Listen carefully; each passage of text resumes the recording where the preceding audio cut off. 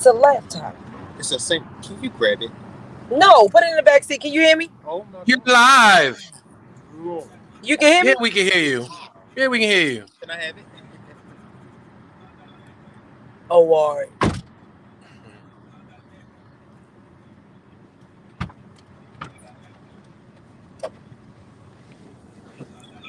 We're waiting to see anybody else coming on, or is this just Well, me and Deron in the same car. You know it's going to echo. oh.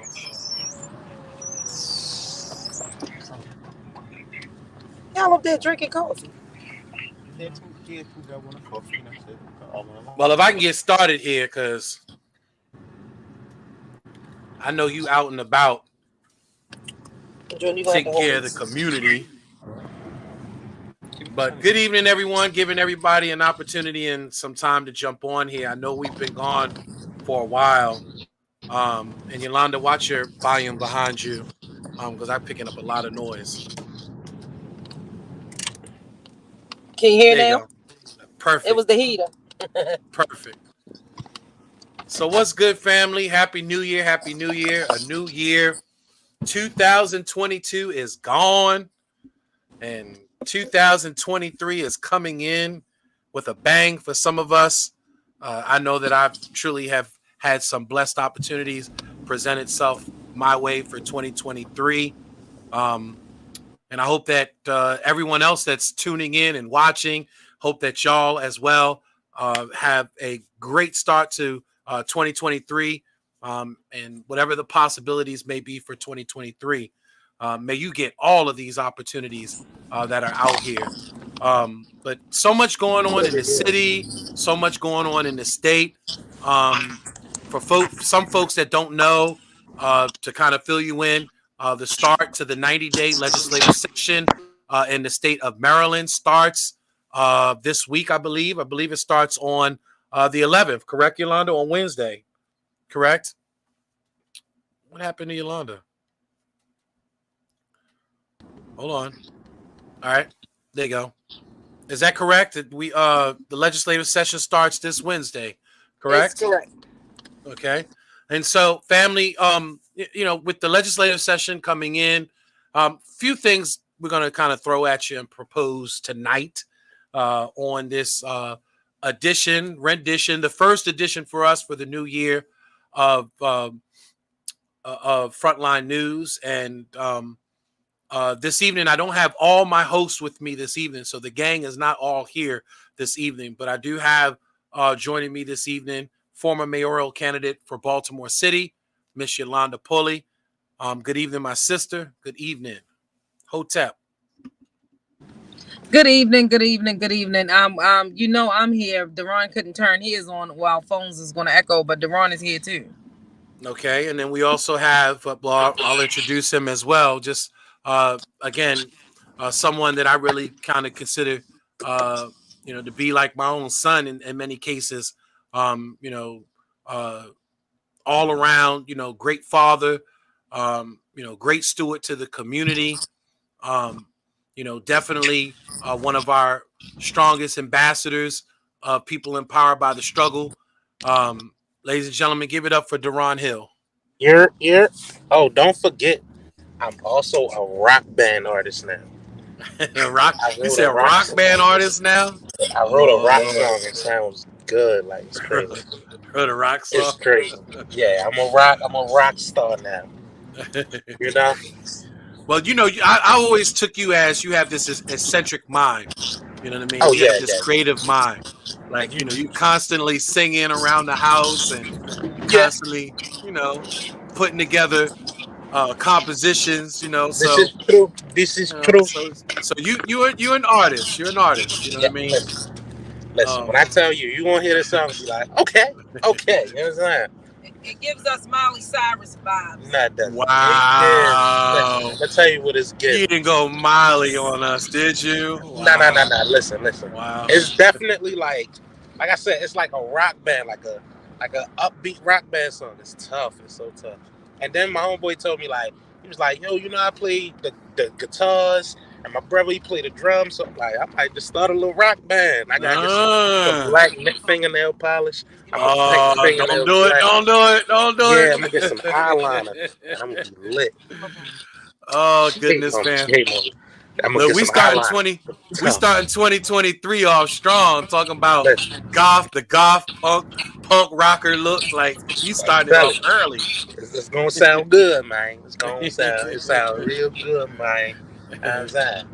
Well, again, so much is going on between the city. The 90-day legislative session starts, in less than 2 days.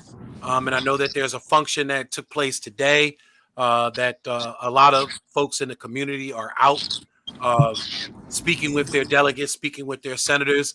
And I guess the question that I wanted to pose this afternoon, and we'll go around our roundtable first. And again, we want you to join us. Let's have this discussion about the 90-day legislative session for the first few minutes of our program. Um, what would you like to see this year in this legislative session in reference to legislation um, that you feel would be important or pertinent to the community that you feel is needed for the community? And we'll start with Yolanda. Yolanda, what do you think, is some of the pressing legislation that's needed in Annapolis to really be considered this legislative session? Education and crime.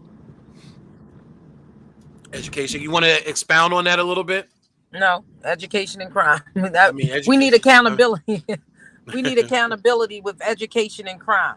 We need accountability when it comes down to crime about, one holding. How do we hold people accountable without victimizing victims? I know that one of the conversations or, you know, rumor mills that's going around is the possibility of legislation being introduced to bring back local control of the school system. And I know that's one of the conversations that I'm hearing, maybe presented this legislative session. What do you think about local control of the school system? Well, in my campaign when I ran for mayor in 2020, that was, two pieces to my campaign promise.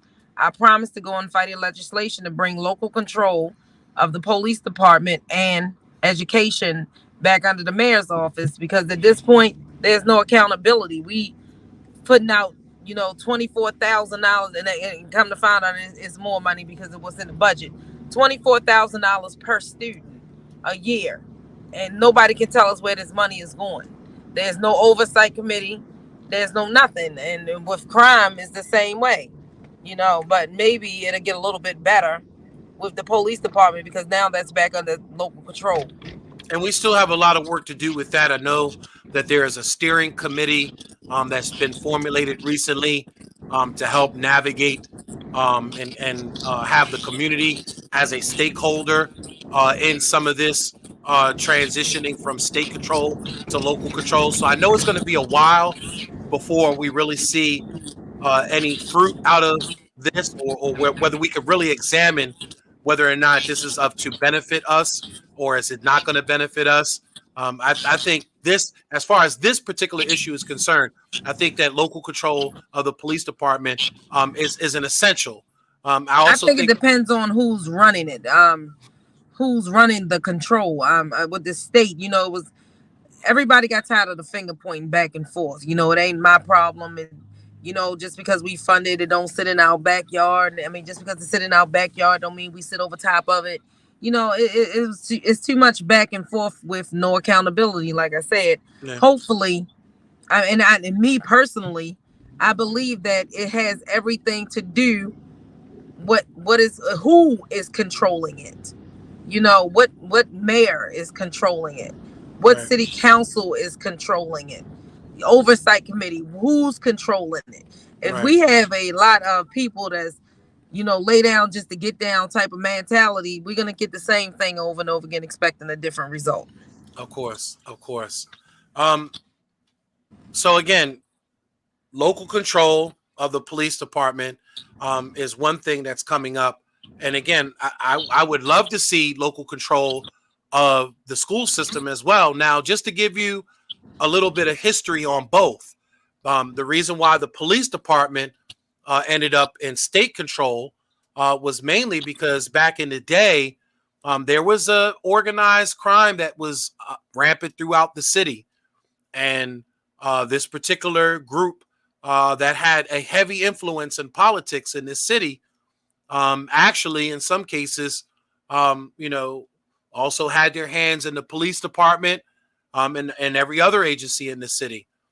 And so, to kind of remove the corruption and remove the possibility of corruption, at the time, the city police department was removed from local control and put back into state control Look because how of well it this. worked out.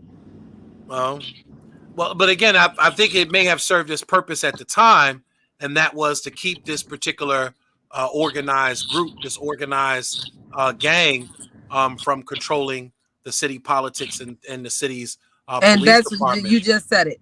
See, we can do all this, that, and the third, and taking out this and putting it there. The one thing that needed to be taken out of our educational system and our police department is politics. Yeah, yeah. But unfortunately, politics is, you know, all throughout the police department. You know, prime example. I tell folks this all the time. Police Commissioner Harrison, you know, says it, says it publicly that he is in support of the aerial surveillance program. But he'll tell you in a minute that he has a boss, and his boss is Brandon Scott. And because he has a boss that says that he doesn't want to fly the plane, well, he's not And going to fly that's the the plane. problem. Those seats need to be voted in. That seat right there, I think that local police force should be under the mayor, but the commissioner needs to be a voted seat. And then this way, the people can have a say as to who they would like to see, leading their police department. Right. You present your candidates on who, you bring them to the community, just like with any other person running, and you let them duke it out who has the best interest of the people. It should not be politically motivated. Right. That's the problem that I have, and that's what I want to do being mayor. The commissioner seats needs to be voted in, and I'm tired of these appointed seats, and people show that they appointed when they take politics side over the people. Yeah. Well, again, that's the one issue is, again, local control, which, again, that's already in motion.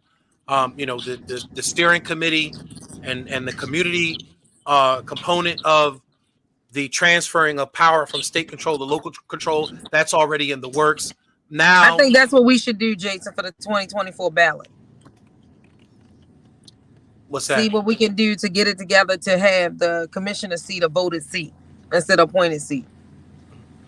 And then again, like I said, coming up on this 90-day session, again, this is right now, if anybody knows more information about it, please share it with us. But as far as I know, right now, it's a discussion and a topic of conversation that there may be some legislation introduced this year that looks at addressing the state control of the school system back to local control for Baltimore City. Now, every other district, every other jurisdiction in the state, I'm messing up there.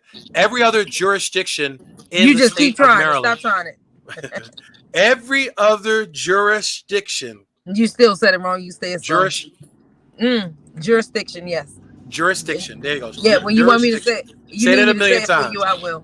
Okay. Every other jurisdiction. Okay. Has local control of their police department as well as their school system. We are the only jurisdiction in the state of Maryland that does not have control over its school system. And so I think that's going to be really important this legislative session. Some of the other issues I know that me and Yolanda have been front and center on is the quality of life for our seniors. We truly have issues in reference to the quality of life of our seniors. Many of our seniors are living in some deplorable conditions. Unacceptable conditions. And it's unfortunate, but there doesn't seem to be any real legislation to hold landlords accountable. And many of these multi-dwelling apartment complexes and these living assisted complexes that these seniors live in, There's really no oversight. Nobody going to check up on whether or not these facilities are keeping up with the basic standards for our seniors. So I know that one piece of legislation I would love to see is something in reference to holding these properties that are designated as our senior living properties, and they get subsidies for it. In many cases, the rent is subsidized for our seniors, which it should be. But just because it's subsidized doesn't mean that they shouldn't be afforded quality living, that they should not be afforded. We ain't asking for the Taj Mahal for our seniors, but they shouldn't Well, have I'm to deal asking for with the rats, Mataj Mahal for our roaches, seniors. No, I'm moles. asking for the Mataj Mahal for our seniors because they deserve it. Taj Mahal, You know, all I, Taj Mahal, Taj Mahal, Taj Mahal. Since you're getting on me about I'm jurisdiction, asking for it. right, Whatever the hole is. Yeah, jurisdiction and Taj Mahal. Yeah, right. I'm asking for it for them because it's not just the seniors. It's the quality of life in housing. Period. It's the quality of life in affordable housing. What they consider, what what they feel like we should afford to have, and that's the problem. What they feel like we should afford to have, and that's the bare minimum of nothing. That's slumness. That's disgusting. Dictative behavior. It's just I You think get rents have a better quality of living than people in the projects well, they do. The rats do have better living. So do the roaches too. That's because they're living in the projects. and the So bed bugs. right, and the bed bugs.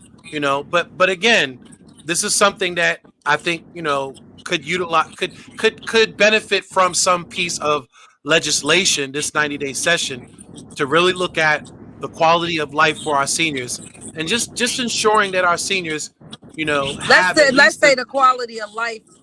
Yeah, but let's say the quality of life for people, because it's still all together, regardless of whether it's a senior building or the projects. They still in either one of them, and right. they and like I said, the same issues that's going on with our senior buildings is the same thing that's going on in our Section 8 and our subsidized housing. Mhm. I like to invite somebody like a Wes Moore. I like to invite somebody, like a Speaker of the House, Adrian Jones. I'd like to invite somebody, like Biden, to come live in McCullough Homes, for a month straight, and see what they think, about public housing after they live for 1 month straight in public housing.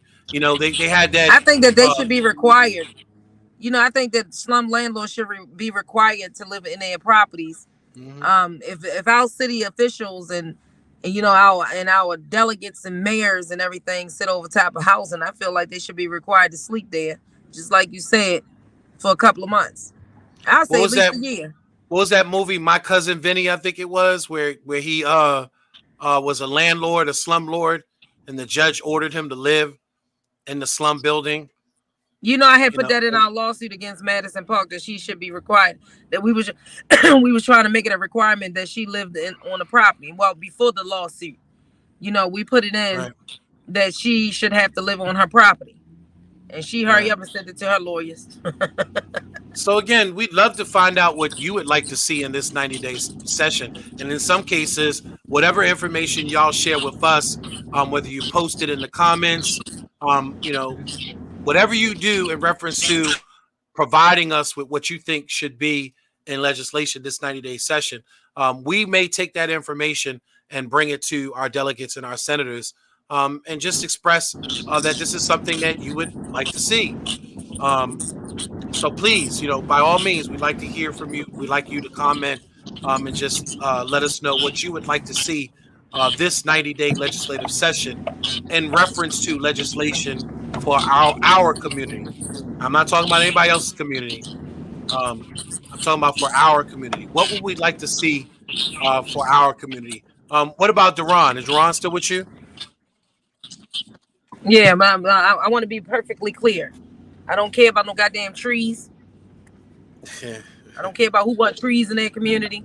When we got people out here dying, I don't care about no damn tree in no community. So please don't call me with that mess. Wow. I'm just being Right. honest. Right. Like I said, we gotta Some people feel like their struggle is because they don't have enough trees. Okay, I understand breathing is a good thing. Yeah, yeah, good clean oxygen, absolutely. But what But about the ones again, that don't get up and breathe? me who has had the opportunity to work with the tree trust people, I understand the importance of it based on the science. Baltimore City has some of the highest cases of asthmatic children in the country, and a lot of We it also has to have the do highest with case of we also have the highest case of murder. right. But again, a lot of it that they found is contributed to the fact that Baltimore City is a concrete jungle, and there's Okay, very little. overstood. But if y'all keep putting up trees and not saving people, who's gonna be here to breathe there? I get it, but you gotta find a happy medium to have both. You gotta have safe streets, safe communities, as well as you got to be able to take care of the air that we breathe. Did you put yourself on mute? There you go. Yeah, I did because I was talking to Deron. You missed, yeah. Oh, you ain't got to talk about me because you think I'm a tree hugger. You can say it in my face. You know, you can say it in my face. In So, your face. but so that's just some of the issues pressing, that I know of for the 90-day session that I know that we would like to see. Again, I was going to ask Deron, taking it from a younger person's perspective, because and we're going to get into this conversation coming up. I can tell you that we're going to get into something very heated, because in many cases, some of our seniors think a certain way, or some of our older folks think a certain way when it comes to public safety. And I'm going to agitate our crew tonight with a conversation. But yes, I am. I am going to agitate us with a conversation, because at the end of the day, what goes on in Annapolis directly affects what goes on in the streets as well. Um, and so we have to talk about you know some of these policies that come out, and how these policies could be easily for the detriment of our community or for the benefit of our community. But I'd like to hear from Deron first, in reference to what he thinks he would like to see in reference to legislation, whether it's more youth funding, maybe it's more Right. resources for formerly incarcerated citizens. What would you like to see, Deron? Just more like youth funding. You get what I'm saying? Because the children are the future. Like, if they don't have, if we don't have it now, they don't have it. That means they don't have it at all. You get what I'm saying? And it's a strong possibility that they won't have it. And if we want to fix things, we're gonna have to start young. And that's just the fact of the matter. It's no recreational systems. It's no like they're becoming what they're seeing, and they're not seeing anything. So where's the inspiration? Like, we used to have AAU basketball teams. It's no more of that. We used to have rec leagues. It's no more of that. Like, everything that promoted us, and when we attended the G Songs versus the Kevin Durant game, like, that was pure joy. Like, you seen the look on everybody's faces. Like, when we had these rec games with a Kill Car and a few others, like, that brought the city together. It didn't tear us apart. So being as though that we don't have none of that stuff anymore, now we don't have talent. Like, the hood always got talent. We just lack resources, You're and now right. we don't even have those resources. You're right. Was watching a movie this week, and in the movie they showed LaGuardia mental health facility, and immediately I was like, I got to thinking about it. Being a native New Yorker, I was like, you know what, that is right. They have Bellevue, they have LaGuardia. You know, New York City has a lot of mental health facilities to be able to get treatment from. But then when you look at Baltimore, for instance, Baltimore has removed all of their mental health facilities from the city. So there are no mental health facilities in the city. One of the last particular facilities, Walter P. Carter facility, was closed up many years ago. So we Mhm. have really no place to go to. And when you look at most cities, there are things in place that allows, folks to thrive, whether it's the youth and youth programs, whether it's access to mental health facilities and mental treatment or mental wellness facilities, whether it's public safety, whether it's mentoring and tutoring in the community. All of these things play a part in strengthening the community. And when you don't have certain things, like, everybody keeps crying about the recreational centers and PAL centers, because many of us that grew up during that era, we know the importance of the recreational centers and the PAL centers. They kept a lot of us out of trouble, kept a lot of us knuckleheads out of trouble. Yeah, But and when then it gave children, the they can burn off that energy. Mhm. Like it gave them wanting more. So once you took that out of the city, you know, we they don't know what they want. Kids don't want to listen. The only way they get to play organized basketball is through high schools. Like you have some programs, but they like you got to pay for them. You get what I'm and even saying? And some schools everybody, have taken away that. Even some schools yeah, have taken away varsity programs. Right. Right. yeah. So like you put your child on. I put my stepchild a few years ago on a football team, and this football team was just centered around one player, which means my stepchild didn't even get the full experience of Right. playing football, so he Right. didn't even want to play anymore. Right. You get what I'm saying? And I Right. paid $350. Right. Right. Like, so if I paid that, and I was doing a little better, I was doing a lot better than a lot of people, and I paid that. I can only imagine, like no boys and girls clubs. It's nothing out here. It's nothing out here. It's nothing. It's gonna be hard trying to find the next Venus and Serena Williams or the next LeBron James in Baltimore City Well, because that's that. these But that's a programs great don't point you exist no bring more. up. That's a great point you bring up because, like, for instance, when you look at a lot of cities, you've had breakouts on all different types of, whether it's sports. When was the last time we had a breakout basketball, football, baseball, locally homegrown that came out and actually did something? I mean, other than what's his name, from the Dolefield community from over West Side. His father's over West Side, grew up on the West Side, married to what's his name, and then ended up getting divorced for cheating. What's his name? He just listen the way he explained that. I don't Come even on. know. Come on now. His barber Listen, his we his, had his father owns a barber shop over there in Dolefield. He was married to Lala, married to Lala oh, you talking about Mello? Mello. Yeah, so besides a Carmelo, and then even when you look at rap, I tell folks, most folks can only name one or two artists. For me, of course, the only one that I really remember that kind of made it to there and unfortunately didn't go past, a certain point was Boss Man and the whole So Def, and I know other people talk about other artists and Def Jam and stuff like that. I'm talking about one of the first ones to do it, to be on a more mainstream independent label, So Def, which is up there. That's not a lightweight. That's Yeah, but definitely see, a and the that's problem definitely a is, heavyweight. the problem is only few people know that because I didn't even know he was signed to So Def. I know who Boss Man is, but I didn't know he was signed to So Def. Like the only breakout star that we have is Tank, the That's I mean boxer. That's boxing, it. boxing. I You mean know, and that technically, and those programs are still around. right, Yeah, but as far as the non-lethal contact sports right, like basketball and football, like we don't have that.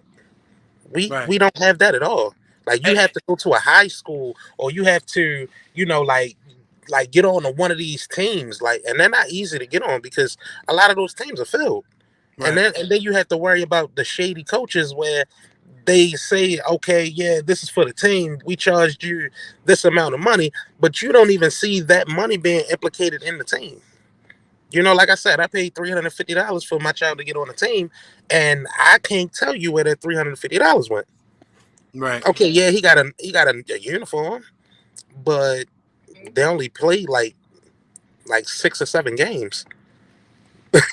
Mm. So like, what's going on? Put me in, coach. Yeah, what's going on? You know, I Well, paid more. right, I paid more for him to get on that football team than I paid in high school for class dues, and right, that covered the prom. You know, like everything. You right, know, right, so right, we don't have like we have to target the youth and people that want to help the youth, people that really want to help. Like we have to give people those options, right, and we have to give them those resources. I tried to become a rec coach, and I was turned down. right, Yeah, I can't tell you why I was turned down. It was because I wasn't popular enough for the job. Because the person that right. did apply, he did absolutely nothing with the program. Wow, wow, And I know that, and I know the person that did apply. Well, he didn't even apply. The person that I went to ask, they went to him to ask, could he do it? And I'm like, wow, it's a popularity contest. That's all right, Baltimore City is. Baltimore City is a popularity contest. right. It's what clique you roll with, what Exactly. sorority you may roll with, what It's fraternity you not may what you roll know with, what you do. Yeah. what So like a lodge you may person, roll with. yeah, a person You like me know, who stands who your alone. mama? Where your Yeah, mama come from? a person like me that stand alone, I won't get a ton of the credit and recognition, and Right, I'm fine with that. Like, but that's just how this city is. right. Popularity contest.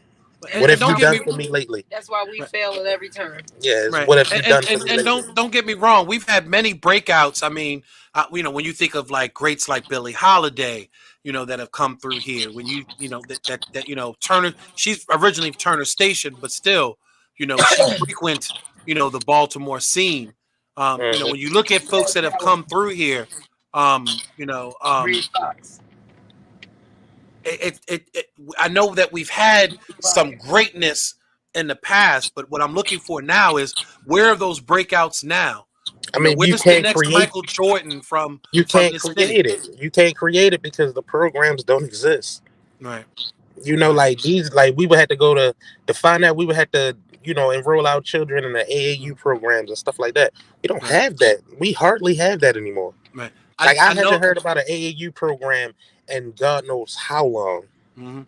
I know that when I was in the McElderly community, when I used to live over there in the Fighting 45th district, what was interesting was that me and a bunch of folks And just under the leadership of now Councilman Antonio Glover really wanted to bring baseball back to the east side because we see it all the time. We see how young men from the Dominican Republic will get seen, third world country, and will get a major league baseball contract, playing baseball. But in those countries, like DR, like Dominican Republic, places like that, they're still playing street ball.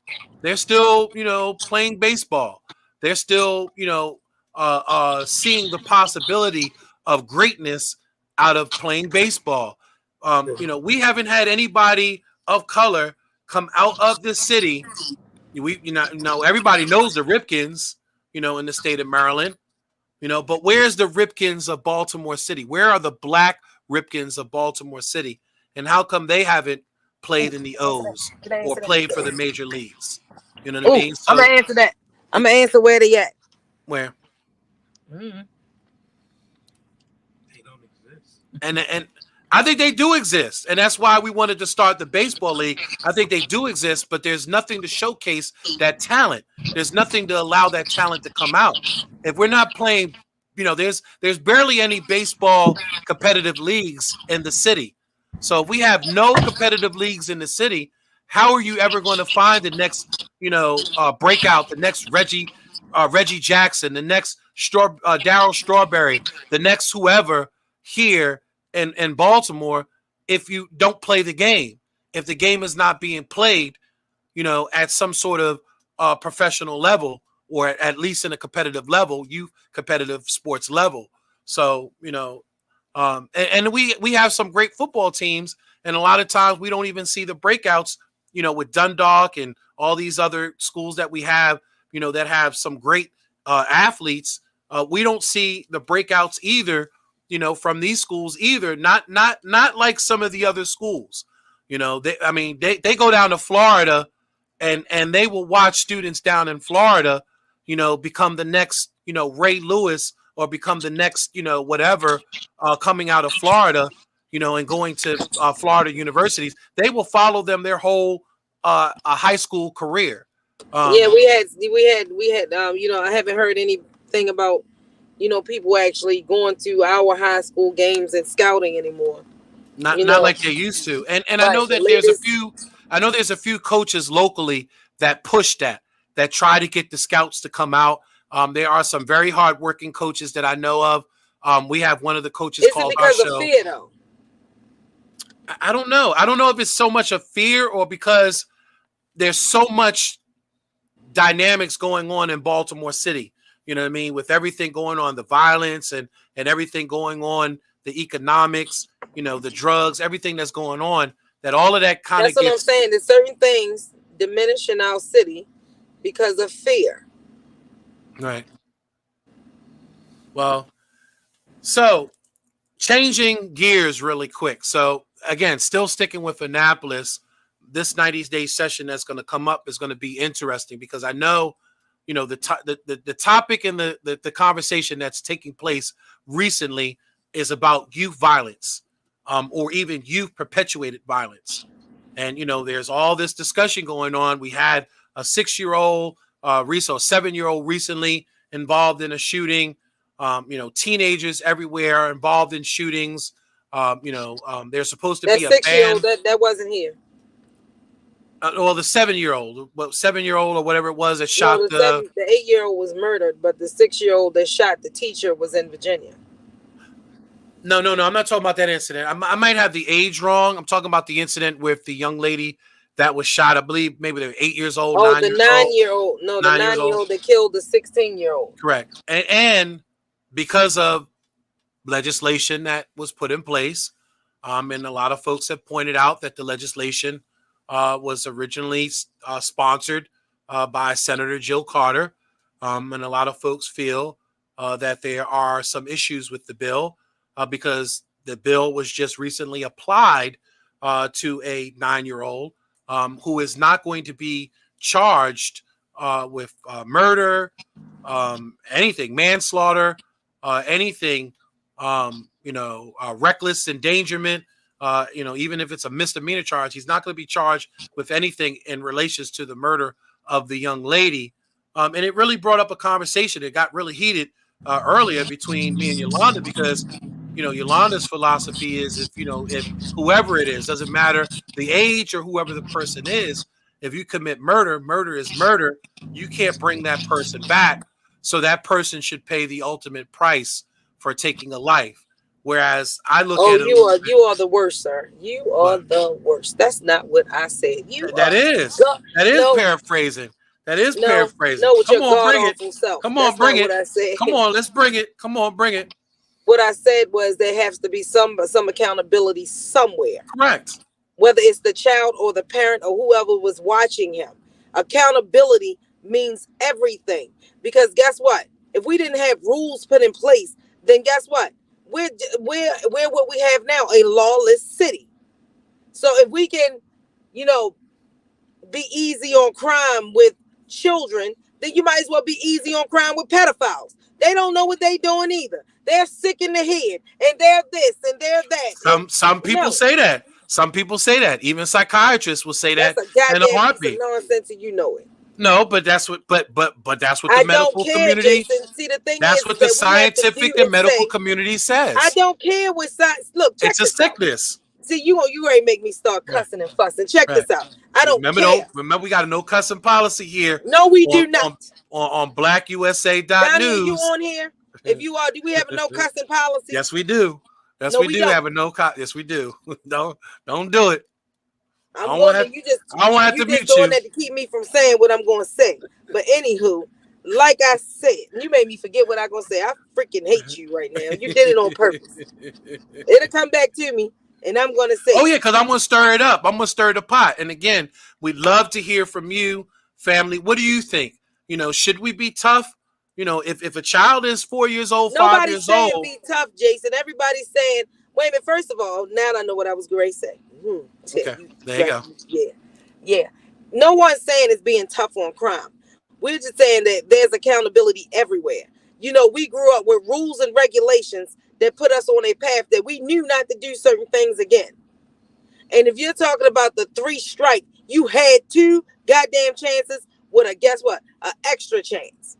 And if you Right. chose not to get that right that third go round, that's on you. But I told you that sometimes that wasn't the case. You have cases. I know of a case from Weed Etiquette. And those of you that don't know Weed Etiquette, go to Vibe Channel. Weed Etiquette, great program. Talks about all the different disparities in reference to everything from growing of marijuana to the prosecution and criminality of marijuana. Like they go through it Well, all we know in why this all those program. was put. We know why all those was set in place. But Right, we're talking about the but here and the now. but again, this is the here and the now. There's somebody that they interviewed on Weed Etiquette, who their family member, their son, is actually serving a life sentence in New Orleans because they originally had two charges. They were felonies. It was during a time that they were living that life. They were out in them streets. They were gang banging. They were slinging. They got arrested 2 times, and they were warned by the court system at that time. You have 2 strikes. You get another one. You understand that you could be looking at a mandatory life And sentence. did he agree to it? And he agreed to it. Now, listen. Now, again, he turned his life around. He got a job. He hadn't been in trouble. One night out, and he happened to have a bag of marijuana in his pocket, less than an ounce, but got locked up with the bag of marijuana, was charged with not necessarily a consumption or paraphernalia or being a user, was charged as a distribution charge, which is a felony, was charged as a drug charge. And he ended up being convicted. And he's now doing a life sentence over a bag of marijuana because he Okay, had but two Jason, prior listen to strikes. this.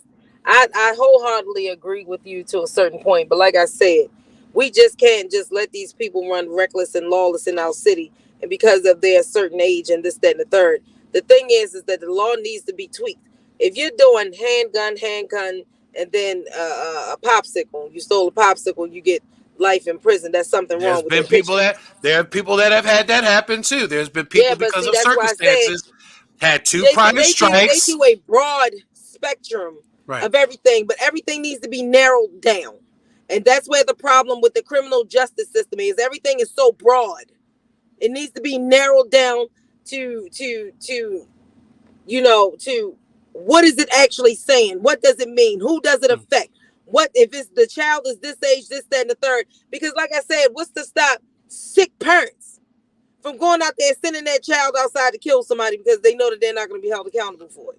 But then that's where the question comes in at. Should parents be liable for a child that's under the age of 18, whether criminally or civilly? And in some cases, you Aren't we can held be reliable for civilly. our child anyway? If a child go into the store and throw and break a whole bunch of stuff, who's responsible for paying for it? I mean, you would think the parent would be. But what happens if the parent doesn't assume the responsibility and the liability? Prime example, we just witnessed recently, with a bullying incident at Forest Park, and a parent said, "Oh, when my child is with you, he's your problem." So that was a parent not assuming responsibility. That was a parent pushing their responsibility on someone else because they felt that the institution had a responsibility to their child while their child was there in the institution. Also, there's many people that believe that if my child is out there running amok, that's my child's business, not mine's. So why should I be held liable if my child goes out, carjacks someone, kills a family in the process? Why should I be held liable for his actions Because in the that's your process? child. You should have set rules in your house where your child had to follow. If they're not considering a child mentally or capable of making rational decisions until they're 25, why are you telling them that they're grown at 18? If you Right, feel like, you see, that's what I'm saying. Certain things, laws need to be re-looked at. right, The only reason why they considered a person of 18 an adult is because it was for voting purposes and military purposes only. Certain things needs to be changed. It has to be tweaked. You're telling me, so if my son is driving my car and he get into a car accident, whose responsibility is it to pay? It's mine. Is it? Because Yeah, it again, is. is it? Because again, in some circumstances, a lot of parents are not necessarily being held accountable for what's going on. And prime example, you haven't heard of anybody being arrested in reference to that 9-year old that got the gun and went and killed that young lady. And as far as we know, the story was that he wasn't going to be charged at all, based on the law that's in place that says that under 9 years old, under 10 years old cannot be charged, for an offense like murder. Uh, Okay, so check this out. The 18-year-old boy who got sent away for a mental evaluation evaluation. that Right. killed that 8-year-old little child. Right. Is he criminally responsible for what he did? It depends. What's the mental evaluation say? And What here's the different? thing. Here's the thing. Somebody should still be held accountable. Here's why. Because how did that 18-year-old get a hold of the gun? If he has a mental health issue, well, the law states, the federal gun law says that you can't have a gun. So he's not legally able to obtain a gun. So how did he get that gun? And whoever gave him that gun should be, or however he got that gun from whatever irresponsible owner had that gun, should be charged for having that irresponsibly left around gun Well, that Jason, 18-year-old can get access to. this is the problem that I have with the whole system in itself. We have too many people that make rules, regulations, and laws that get our taxpayer money, and we suffer the most. That don't understand a damn thing about what it is to lose someone that young, what it is to lose a child, what it is to be hungry, what it is to be homeless. And they make up these rules and these regulations that doesn't make sense to us, but it makes sense to them. That stuff right there needs to be changed. Right. Right. That right there needs to be changed. And for some reason, we should have some say so in the process, because it's still our money that goes into this one big retarded pot for the senators and House of Representatives and these old people to be coming in there making Jim Crow laws and never getting rid of stuff with colostomy bags on. You're making laws for us. Yeah.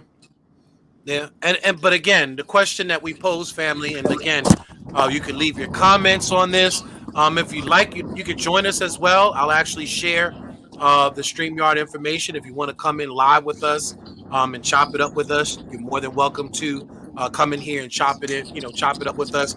Again, the question is should we, in some cases, it's multiple questions.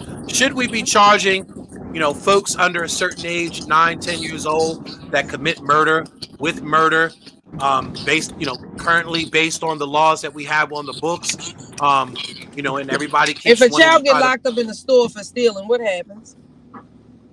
The child normally is, taken to the police are called, and the police hold the child in custody until they get a parent or a guardian.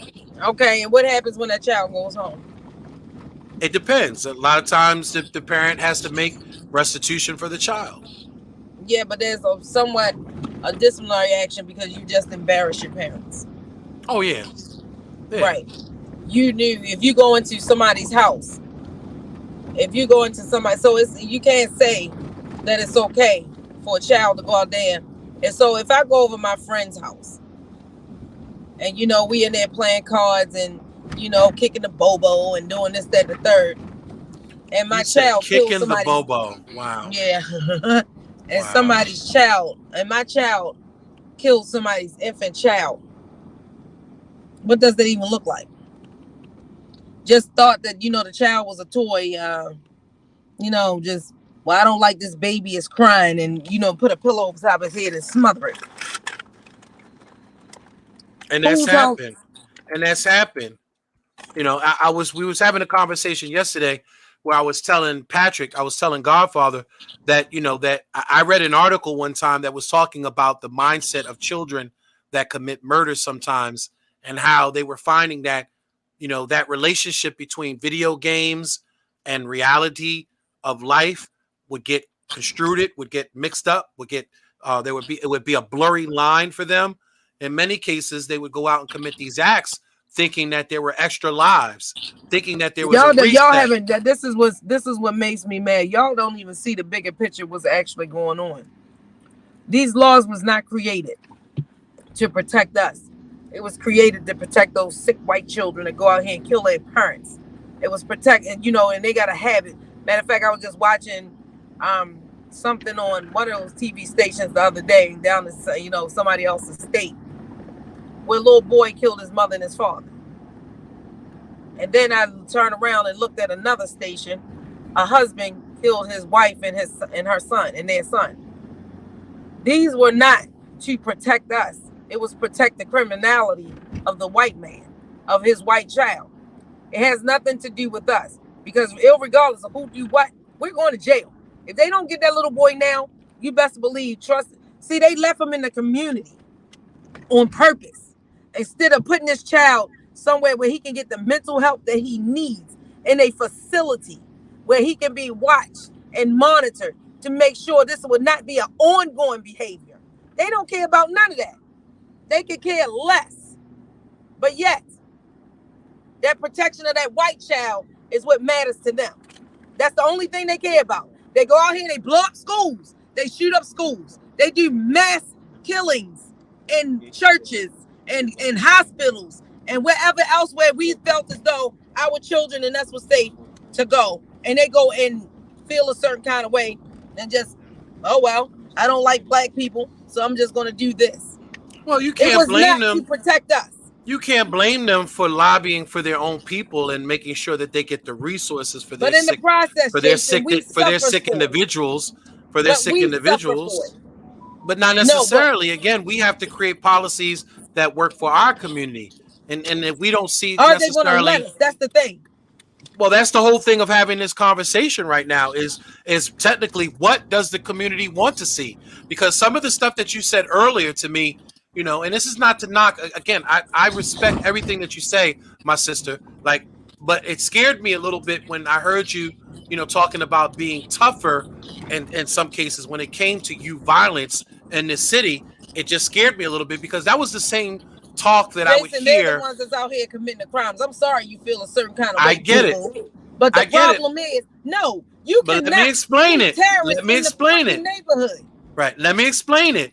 Again, your talk was familiar. It reminded me of those seniors back during when Martin O'Malley was running for office, and the seniors were calling for tougher position, a tougher stance in the streets against Lil Pookie and Lil Man and them, and we got it. And what did we end up with in return? We ended up with mass incarceration, over 100,000 people arrested over a 12-month period. Many folks, really and truly had really misdemeanor crimes that shouldn't have been arrested in the first place. But it was about sweeping people off the street. It was about getting them off the street. It was about whether or not they were guilty or not. That remains to be seen. We just want them off the street because, like you saw in the movie just recently that was done about the Gun Trace Task Force, we run this city. The philosophy was if we get them off the streets, or we tell them to go in the house, or we'll lock them up, as long as they're not outside, they're not killing each other.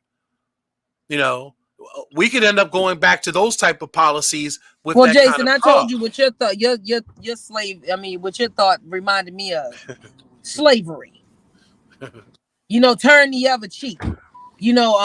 Don't speak when spoken to. Right. I'm not asking nobody to turn the cheek in reference to murder, but what I am saying is that there is two sides to every homicide in this city. You have the victim side, which I empathize tremendously. I've had many opportunities to stand on that side as a victim of violence in this city, but I also look at it from the other aspect of it as well. That society-wise, that it's inhumane in some cases to take a 6-year-old and put him through an adult perp walk, And again, there's two sides to this issue, because not only do you have the family that has been victimized by the family, but then you also have the perpetrator of the violence and their family. And I can tell you, the young man that committed whoever, which one of the young men, as out of the squeegee young men, committed that shooting and killed the gentleman that was wielding the baseball bat down there. Whoever killed him is dead wrong. But I can guarantee you, based on the videos that I've seen from his mother is going to support him for the rest of his life. His mother is going to do what most mothers are going to do. There's only a few percentage of mothers out there that if your child goes and does something like that, that they're going to turn their backs on. There's only a few of those parents that I know of that you get that message. They tell you, don't call me if you get locked up. I'm not going to bail you out. I ain't going to come see you. I ain't going to send you no commissary. Bye-bye. Right. There's some parents like that, but then there's other parents, and I've watched it. I just watched it in my family just recently. I have an uncle that did 23 years. 23 years. And every 23 years, his mother served alongside of him. She did the commissary. She looked after his kids. She sent money to him. She did she had to receive the phone calls, which the phone calls aren't cheap. The phone calls fall on the person who's receiving the phone calls. So, these families go through this burden, even as a perpetuator of the violence. These families go through a walk itself. And so there's always going to be the two sides of this issue when you're dealing with violence in the city. And I know that we have to look at things in some cases, not in every situation, with some sort of eye of compassion and empathy and mercy in some cases when it comes to these cases. You can't take, and I'm give you a prime example, someone who kills somebody who's a grown adult who knows better. Yes, options of the death penalty. In some cases, the option of life without parole makes sense. I even asked you, should we be cryovacing or euthanizing people that we deem to be of no use to society anymore because they have committed a heinous act as an adult, like murder. But like murder, I mean, you got sick people that go out here, rape, molest, and then kill children. Right. You think that I want them a part of my society, or they get to breathe? Right. And have family members come see them? That's different. That's different. That's as an adult. Now flip one sin ain't greater than the next gen. Now flip the script. Okay, you had a 6-year-old, and I'm not saying in our city, but you had a 6-year-old that went out into a school and shot a teacher. Should that child, and it's a question to the community as well, should that child serve a life sentence for shooting and killing that teacher? You don't want me to answer that. But we already know how you think about it. And again, we'd love to hear from the community. Again, this is a really important conversation, I feel. When me and Yolanda were going back with this, I kept saying to myself, this is really the argument that's in the community right now. I'm not necessarily saying the child should be held accountable. But when you have, because he don't necessarily know that guns, he know that guns hurt people, but he also see on a video game they get up and walk away. Correct. And that's what I was telling you about, that disconnect that some psychologists, some child psychologists have said is there in relations to, they watch cartoons, and it's not cartoons, it's video games. Well, no. It's videos. It's the videos that their parents is watching. Correct. But again, just hear me out. The article that I read was talking about the cartoons, and even went on and gave a description. They were talking about, for instance, you have a cartoon where someone takes out a hammer, a cat character takes out a hammer and smashes the mouse over the head with the hammer, and there have been incidences to where little children have gone and picked up big hammers and big balls and sledgehammers and actually have gone up to somebody and have hit them with the sledgehammer, thinking that it was going to be just as funny as what they just experienced. So again, when you're a certain age, do you necessarily have that intelligence? Do you necessarily have that inept yet to be able to, to discern the difference between something as, childlike and something that can be very serious and cause harm, and irrefutable harm that cannot be taken back or cannot be turned, turned around or fixed in some cases. Well, Jason, that's what I'm saying.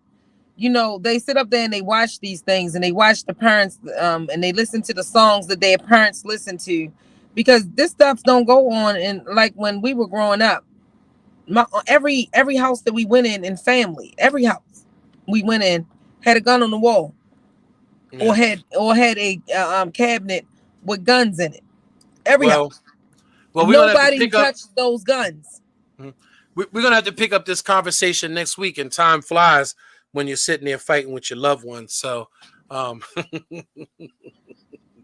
Jason sucks. we'll catch up. We'll catch up on this fight though, Yolanda. We still got some more fighting to do in reference to this. So, and family, and again, we'd love to hear from you in reference to this issue. Again, do you feel that we should be locking up the key and throwing away the key on our youth, or should we be holding parents accountable? We'd love to hear from you. So until next week, family, because we got to run because we're running a little bit over. Until next week, family, we love y'all. Go out there and do something special for someone other than yourselves. If you need us, you know where to find us. 443-355-8014. I know that'll be the first number I call whenever I get locked up. So love y'all. Y'all be blessed.